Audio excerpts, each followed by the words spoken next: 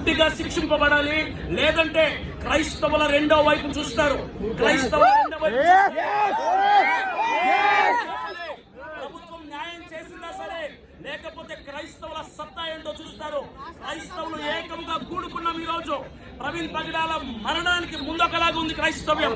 ప్రవీణ్ పగడాల గారి మరణం తర్వాత క్రైస్తవ్యం విజృంభించబడిపోతుంది. ఎవరు క్రైస్తవ్యాన్ని ఆపలేరు. క్రైస్తవులము సేవకులమందరూ కూడా దాటి మీదకి వస్తున్నాము. ఏదైనా సరే పోలీస్ డిపార్ట్మెంట్, పొలిటీషియన్స్, ప్రభుత్వాలు అన్ని కలిసి ఈ హత్య వెనుక ఉన్నటువంటి నిందితులను బయటికి లాగి శిక్షించారా సరే, ఇంతటితో సర్దుమణిగిపోతుంది. అన్యాయమే కనుక చేశారా, ఈ హత్యని తారుమారు చేసి యాక్సిడెంట్ అని చిత్రీకరించారా, క్రైస్తవుల సత్తా ఏంటో చూస్తారు. రాడికల్ క్రిస్టియన్స్ లేవబోతున్నారు. రాడికల్ క్రిస్టియన్స్ లేవబోతున్నారు. మాకు న్యాయం కావాలి. ఎందుకంటే ఇంకొకసారి ఇలాంటి ఘటనలు జరగకూడదు. సేవకులు ఎంతో మంది కుటుంబాలను విడిచిపెట్టి పల్లెలకి, గ్రామాలకి, విలేజెస్ కి వెళ్తుంటారు సువార్తల కోసం.